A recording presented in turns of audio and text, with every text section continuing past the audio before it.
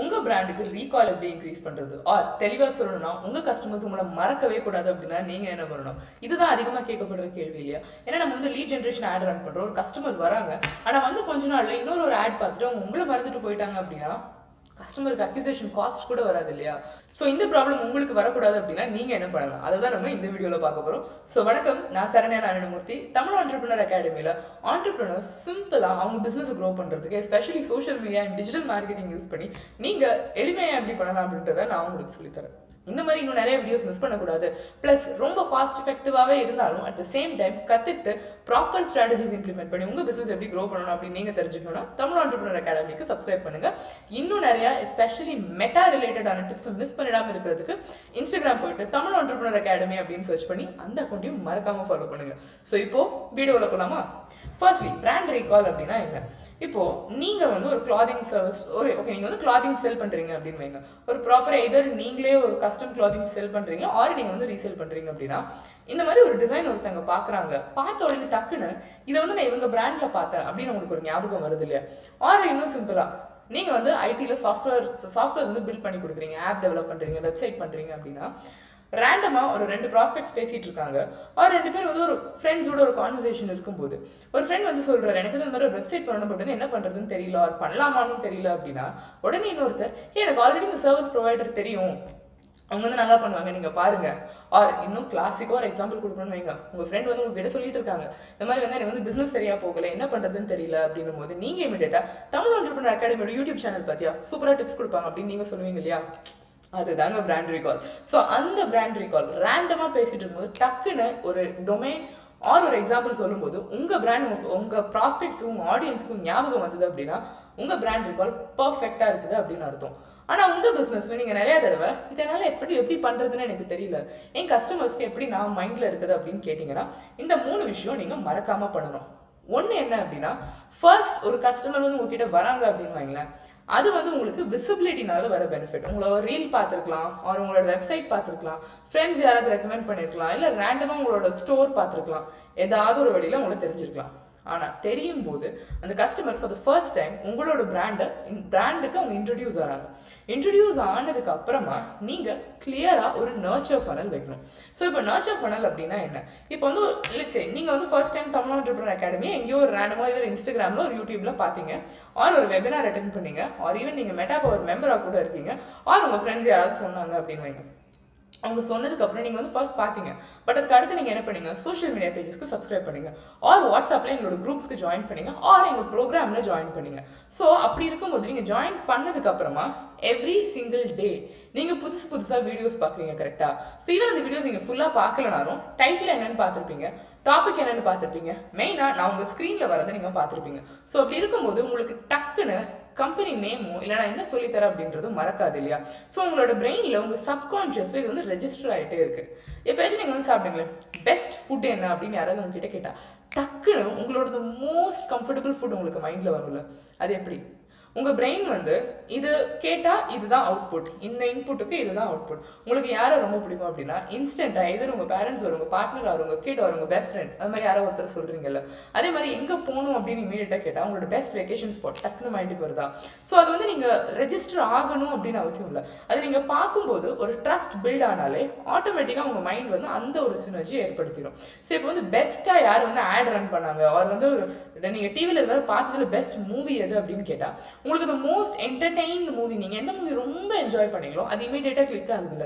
அந்த மாதிரி உங்கள் பிஸ்னஸில் உங்கள் ப்ராடக்ட்டை பற்றி நீங்கள் வந்து எந்த அளவுக்கு உங்கள் கஸ்டமருக்கு எக்ஸ்பிளைன் பண்ணுறீங்க, இந்த ப்ராடக்ட்னா இவங்க தான், மார்க்கெட்டிங் கற்றுக்கணுன்னா நீங்கள் வந்து சரண்யா கிட்ட போகணும், ஆர் உங்கள் பிஸ்னஸை தமிழில் க்ரோ பண்ணணும்னா நீங்கள் தமிழ் ஆண்டர்பிரினர் அகாடமியை செக் பண்ணணும் அப்படின்னு டக்குன்னு ஒரு சினர்ஜி உங்களுக்கு மைண்டில் வருதா?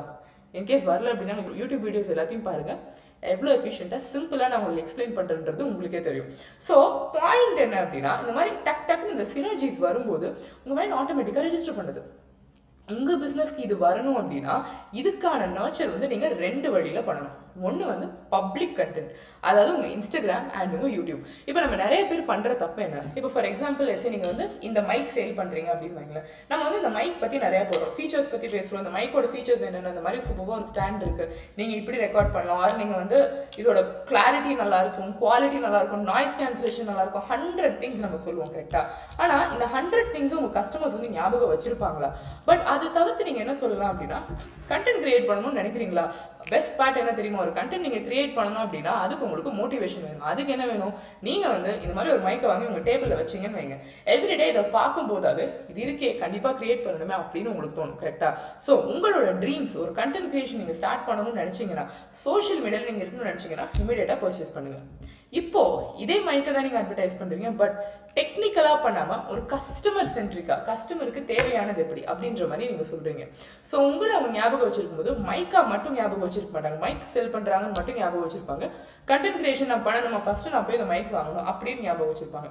ஸோ உங்கள் டார்கெட் ஆடியன்ஸோட மெயின் கோல்ஸ் என்ன, அதுக்கு நீங்கள் எப்படி கனெக்ட் பண்ணுறீங்க. ஸோ இது வந்து எந்த ப்ராடக்ட் வேணா இருக்கலாம், மைக்காக இருக்கலாம், மறுபடியும் ஒரு கேமரா ஸ்டாண்டாக இருக்கலாம். பாருங்க, கண்டென்ட் கிரியேட் பண்ணணும், நான் எவ்வளோ ப்ராப்ஸ் வாங்கி வச்சிருக்கேன் அப்படின்னு சொல்லிட்டு இது வந்து யூஸ் பண்ணுறோம் பண்ணலையோ, இது வந்து ஒரு மேஜர் மோட்டிவேட்டிங் ஃபேக்டர். அண்ட் நான் கன்சிஸ்டண்டாக யூடியூப்ல வீடியோஸ் போஸ்ட் பண்ணிட்டு இருக்கேன் அப்படின்னா அதுக்கு இது வந்து முக்கியமான காரணம். எஸ், ஸோ பாயிண்ட் வந்து உங்கள் கஸ்டமரோட கோல் என்ன அப்படின்னு தெரிஞ்சுக்கோங்க.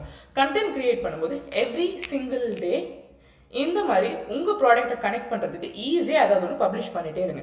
இப்படி நீங்கள் பண்ணும்போது என்ன ஆகும் அப்படின்னா, உங்கள் கண்டென்ட்டை வந்து ஃபுல்லாக பார்க்கல, அவங்களோட வெப்சைட் அவங்களோட சோஷியல் மீடியாவில் உங்களோட கண்டென்ட் வந்து ஃபர்ஸ்ட்டில் போகும்.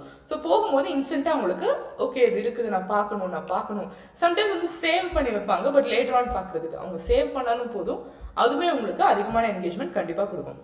இது வந்து பப்ளிக் நர்ச்சர். ரெண்டாவது நீங்கள் முக்கியமாக என்ன பண்ணணும் அப்படின்னா ப்ரைவேட் நர்ச்சர்.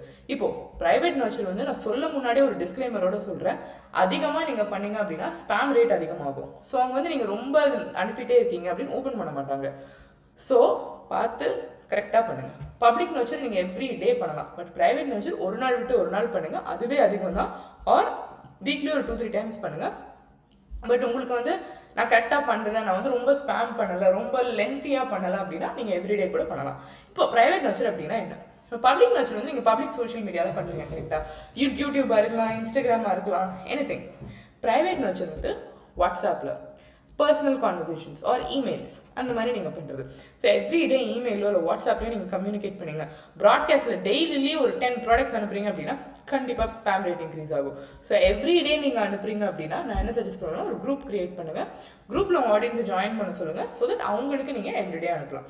அதே இது நீங்கள் வந்து ஒரு 1 or 2 தான் அனுப்புறீங்க, ரொம்ப லாங் கேப்ஷன்ஸ் ரொம்ப பெருசாக அனுப்புவாங்க, ப்ராடக்ட் ஃபோட்டோ போட்டுட்டு பெருசாக ஒரு கேப்ஷன் போட்டிங்கன்னா அந்த பெரிய கேப்ஷனை யாருமே படிக்க மாட்டாங்க, குட்டி எலமெண்ட்ஸாக போடுங்க. அப்படி குட்டியாக நீங்கள் போடும்போது என்னாலும் சரி 2 லைன் டக்குன்னு பார்த்த உடனே அவங்க எஃபர்ட் போட்டு அதை ஃபுல்லாக ரீட் பண்ண வேணாம். கோலே என்னன்னா உங்கள் கஸ்டமர்ஸோட எஃபர்ட்டை எந்த அளவுக்கு கம்மி பண்ணலாம் அப்படின்னு வந்து மறக்காமல் பாருங்கள். ஏன்னா எந்த அளவுக்கு நீங்கள் கஸ்டமரோட எஃபர்ட்டை கம்மி பண்ணுறீங்களோ அந்த அளவுக்கு they become more loyal to you and உங்களோட கண்டென்ட்டை அவங்க டெஃபினட்டாக பார்ப்பாங்க. ஸோ இந்த 2 விஷயத்த மறக்காமல் பண்ணுங்கள், உங்களோட பிராண்ட் ரீகால் ரொம்பவே நல்லா இன்க்ரீஸ் ஆகிடும். ஸோ இப்போது எவ்ரிடே நீங்கள் பண்ணிகிட்டே இருக்கும்போது எவ்ரிடே உங்களோட நேம் அவங்க வந்து அவங்களோட லெட்ஸே அவங்களோட சோஷியல் மீடியாலேயோ அவங்களோட நோட்டிஃபிகேஷன்ஸ்லேயோ பார்க்கும்போது உங்கள் பிராண்ட் நேமை அவங்க அவ்வளோ ஈஸியாக மறக்க மாட்டாங்க. இதுக்கு அடுத்து இன்னும் ரொம்ப முக்கியமாக பண்ண வேண்டியது என்ன அப்படின்னு பார்த்தீங்கன்னா, ஃபெஸ்டிவல்ஸ்க்கு அவங்களுக்கு விஷஸ் அனுப்புங்க, கொஞ்சம் பர்சனலைஸ்டாக. அட் த சேம் டைம் அவங்க மறக்காத மாதிரி ஜஸ்ட் ஒரு ஃபார்வர்ட் மாதிரி அனுப்பாதீங்க. ஒரு சின்ன மெசேஜ் நீங்கள் டைப் பண்ணி சென்ட் பண்ணாலும் அந்த மெசேஜை யூனிக்காக எப்படி சென்ட் பண்ணலாம் அப்படின்னு பாருங்கள்.